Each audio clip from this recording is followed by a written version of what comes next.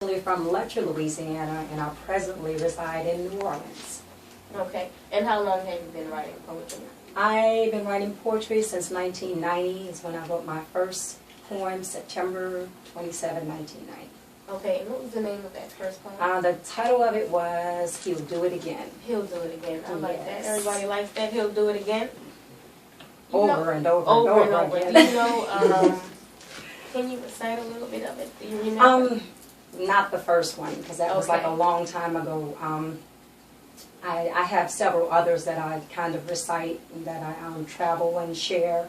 And I have one that I recently wrote. The one I wrote is a tribute to Trayvon Martin. Right. So that's like the newest one of the bunch. Right. And you have a story behind how you came to write that poem, right? And yes, I do. I didn't really follow the case that closely, even when it first happened. I was sorry to hear about it, but as time passed, when the trial came, I really wasn't following it that close. Mm-hmm. But I did get a call that morning from my fiance saying that he was acquitted. And when I heard that, I was like, I can't believe this. So it was kind of on my heart. But this particular day was last Friday. I was just kind of just not feeling really well and just wanted to like take a nap and hoping that I'll feel better when I woke up. And when I woke up, I kept hearing the words, did I not? Did I not? And so I went and got my paper and pencil, and I started writing. I wrote the words, did I not? And then the whole poem came out. And when it came out, it was almost like a release, because after I finished, I didn't feel any more of the sick to my stomach or anything. It was like everything left, like I had delivered something. But it was special because it was the first poem that is actually hitting me like that. So I think that the purpose of it is to really get his parents to actually hear it, because it basically sounds like his voice. Yes, yes. Any questions, guys? Let me ask some questions. You say your name Poetic Princess? Yes. Is that a title you earned, or just a name you call yourself? It's a title that I earned. I actually started out in the beginning as the gospel poet. And as a gospel poet, when I got my first book published, that was the name that they put in the newspapers and everything. And then as years went by and God started enlarging my territory and I started traveling, then that was when I came up with the name the Poetic Princess, because the Poetic Princess was accepted everywhere, even places that gospel might not be accepted, but the Poetic Princess gets in everywhere. So that's how I kind of came up with that. Okay. So, do you always get into that mode where you wake up in the middle of the night and feel like you need to write, or you just sit down and write? No, most of the time I wake up in the middle of the night, I write, I'm up for like 15 minutes, I go back to sleep. So I've written over 150 poems, and that's how it happens. I can't tell you when I'm going to write, I can't tell you what I'm going to write about. I just wake up, write, go back to sleep. When this one came, it came like in the daytime after a nap. Mm-hmm. And I posted it on YouTube, and I've gotten like a lot of responses from it. Right. But it even now when I read it, it still chokes me up. You know, but I know that because he was a teen and at 17 years old to lose your life unjustly, you know, and it really would make anybody's heart go out to the young people today, the things that they have to go through. Right. You know, things are not half as bad, you know, back then for me, the way it is for teens today. Right. And you have grandchildren and children? Yes, and how many grandchildren you have? I have 14 grandchildren. Wow. And I have 4 children, 3 girls and a boy. Great for having 14 grandchildren. They keep you busy? Yes. Not too much, because I don't keep them all the time. Okay. I've never had them like all together in one place at one time. Okay, that is a lot. Poetic Princess Daycare. Oh my goodness. That's not my calling at all. Oh. But you have more than one calling, I hear. You do more than poetry. Yes, I've been actually licensed in ministry as an evangelist since 1994. Wow. So I've done quite a bit of traveling. I've published a couple of books. And I just recently, in 2010, I had a spoken word CD that was released December 2010. And the spoken word is actually a CD called Poetic Reflections. Yes. So with that one, the feature poem is a poem that I did called The Same Day. I'm a 5-year breast cancer survivor. It'll be 5 Wow. years in January. Wow. And I wrote a poem entitled The Same Day, and because I was declared cancer-free on the same day of the inauguration. Wow. So I wrote that poem and kind of traveled a lot sharing it, and then came this poem. Then came Did I Not, and Did I Not kind of like, I'm like, Choked you whoa. up, that I didn't think it could go deeper. Wow. Yeah, it kind of went So deeper. you seem to surprise yourself sometimes with your own. I was really surprised at that. I was really, really surprised. I've had people to make comments and say, it sounds like he was speaking through you, and, you know, stuff like that. But it was, I don't have any words to explain it, but it just is what it is. Right. We hear some of it. You guys want to hear some of it? I would like to. Okay, Okay. let's hear it. Did I not? One cold, dark, and lonely night, returning home from the store was my only plight. A sudden change of events occurred, and to my surprise, I found myself being stalked by a man with devilish eyes. He never introduced himself or asked me my name. Instead, he lurked in the distance, planning my life to claim. Did I not have the right to walk home that night? Did I not have the right in defense to put up a fight? How did this night turn out this way? And why the shedding of innocent blood was the price to pay? Did I not have the right to wear a hoodie from the rain with Skittles in my hand? Or is it now considered illegal to hurry home in the rain? Did I not have the right to yell and scream for my life? I was unarmed, no gun, no bomb, not even a pocket knife. Do I not deserve justice for a life too soon and unjustly taken? To see the tears in my parents' eyes and their entire lives shaken? Did I not call a friend to witness the scene that was about to take place? All the time he knew his intentions was to destroy my black face. Arrest has been made, evidence laid, all resting upon he said, she said. But I'm the only one speechless and left for dead. Did I not have the right to go out and buy some tea and a bag of Skittles? While the jury speculates and in the end reaches into their grab bag of acquittals. A murderer's gone free. Free will never be me. Existing in a world of hatred and prejudice with lives taken unjustly. When will we see through all the laws of hatred, war, and poverty? One nation under God with liberty and justice for all? Yeah, right. I guess my liberty was just this. A murderer gone free. But would it be if the murderer was me? The question exists. Did I not have dreams, goals, and a future for my life? Did I not have the right to grow up with kids and a wife? I guess not. Because now they're all thrown away. Only because I chose to go to the store at nighttime instead of day. Wow. That was powerful. Yes. That was powerful. I've heard it already, but it's even more Yeah, and I still powerful. feel it. It makes me like really full. I can see it all over you. That's Yeah, wonderful. Right. Reaction. How you feel about that, Braxton, as a young man hearing that poem? Everything I just heard was exactly the sound like he would say if he was able to speak. You know, and it kind of choked me up a little bit too, though. Mm-hmm. Taylor? I had the same reaction. And it kind of feels exactly like something he would say of what's really going on. Right. And one thing that I was shocked about is reading your bio. You talk about some mistakes you made in your life, and you're not perfect, and you didn't do all the right things, but still God found His way in your life to let you shine for Him. Yes. Can you share with our teens some of those I would mistakes love that you to. made I would so love we can to learn from them? Yeah, because I share, my heart goes out with the teens, and I share a lot to youth groups. And to let them know that a lot of times I share my story that they don't make the same mistakes I made, but at the same token, those that have made mistakes, to encourage them and let them know that it's never too late. If they seek God and if their heart is in the right place, then they can still fulfill their dreams. Myself, I was a 9th grade dropout. I was a teenage runaway mother at 16. I made a lot of foolish decisions in my life, and through it all, even at times when I felt like, I just won't amount to anything. And there were a lot of other people that felt the same way. When you make those kind of mistakes and you're, living on the street and you're a teenager, then, you're probably going to end up in prison or dead. Right. But I thank God that even before I came to know God, He had His hands on me. Right. And I believe that He has His hands on everybody. It's just that the sooner you realize it, the better you are.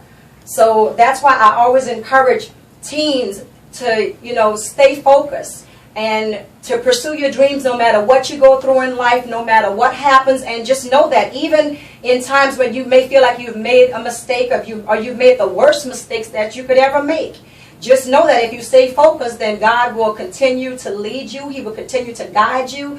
And just because you feel like you don't know Him that well, He knows all about you. I like that. He knows all about you.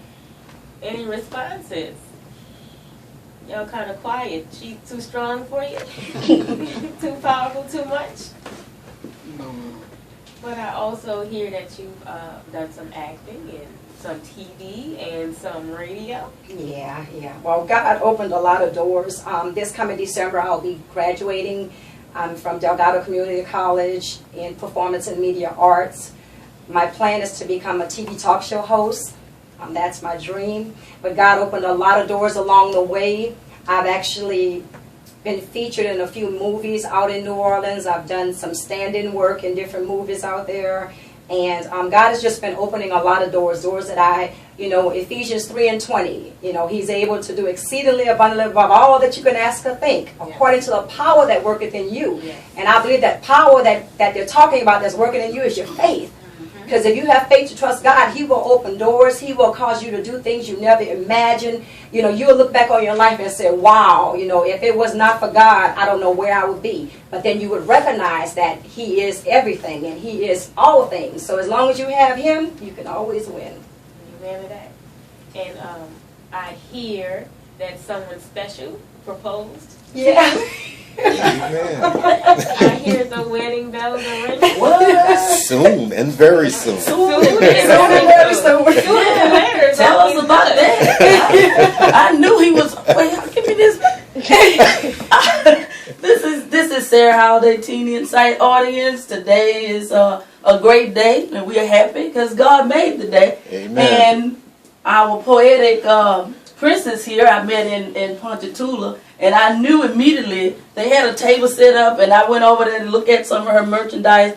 And I said, wow, this lady is a real woman of God. She went on the stage and gave her story. And immediately I got to my computer and sent it to Ms. Z.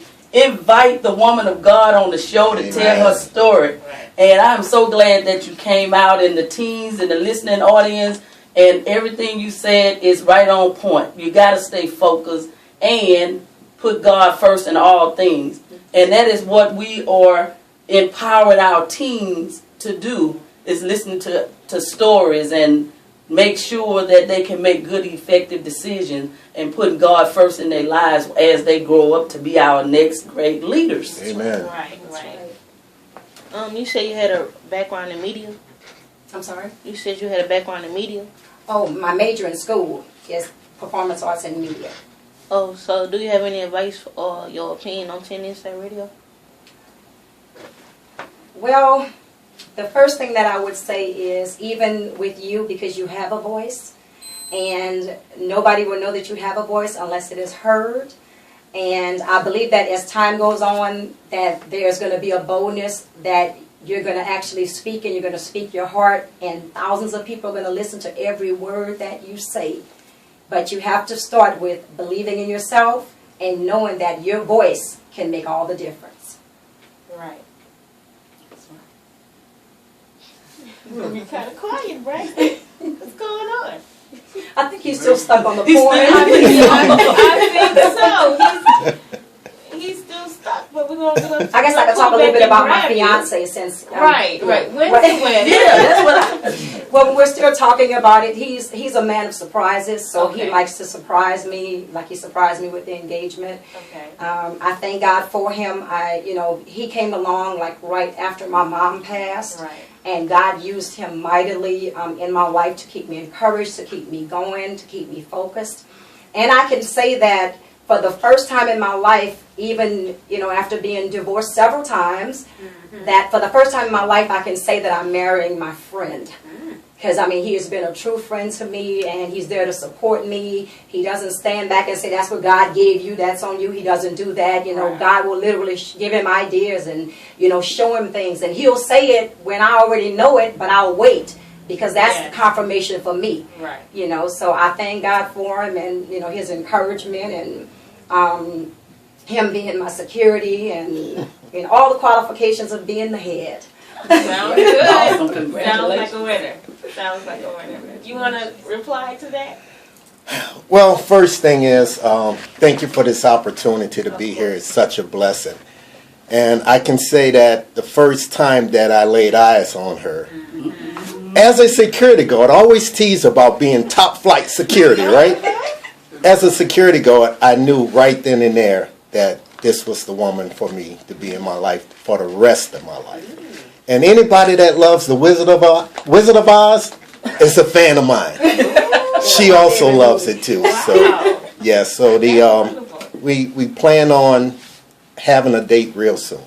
Okay. Yes. All right. What advice can you give to the young guys about finding the right woman? Be patient and prayerful. That's what I can tell you. Right. Don't rush to do anything. Let God lead the way. Right. And I can promise you he would not make a mistake because he cannot lie. Okay, so just stay focused on him, put him first, and I guarantee you your life will be so much better. All right. Keep God first. Good advice, Braxton? Well, hold on. Miss Davis, can you give advice to the young women? Oh, wait, he believe in doing it. I like that about Braxton. You cannot have it one way. Ooh, okay. Oh, I got a lot of advice to give. I don't think we have enough time for that one. But anyway, I would say to pray, trust God, same things he said, and do not settle because it's convenient. If you know that God showed you a vision or showed you something about your husband, then be patient and wait on God. Don't go ahead of God. Don't try to be the fourth person in the Trinity and help God out, because then you're going to go through years of heartache and pain and unnecessary stress because you kept trying to do it yourself instead of waiting on God to do it. So I would encourage all the young ladies and women of God out there that are believing God for that husband, for that God-ordained husband, to just be prayerful, be patient, and fulfill your purpose, and it'll be much less painful. That's great advice. I must say, that is great advice. So how can the listening audience find out where you're going to be and keep in contact with you?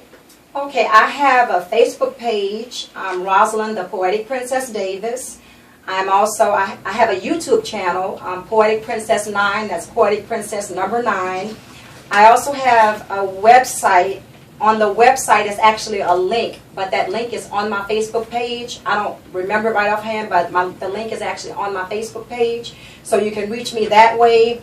And my number when people call me for events, that's my cell phone number, which is all over, everywhere, all at the same time, which is 225-623-8879. That's 225-623-8879. And I welcome your calls, your comments, your prayers, and your support. Indeed, indeed. And I can't wait to see you perform live again. Hopefully you can make it to the August 10th event. If not, I definitely will check you out somewhere else. I will try to. And we're going to be doing a TV show soon here in Baton Rouge also. Okay. Yeah, it's going to be a small segment on the Wisdom Network. So we're going to be doing that. I don't know if you're familiar with Cassandra Lang Miller. Well, we're going to be doing a segment on the Wisdom Network on her show. Oh, good. So Okay. it should be starting soon. Let us know. We'll love to check it out. Okay. And always stop by every Saturday, 1 to 2. Okay. Okay. And next up, we also have Miss Jody Lemon. She Hello. works with EBR, and she's doing great things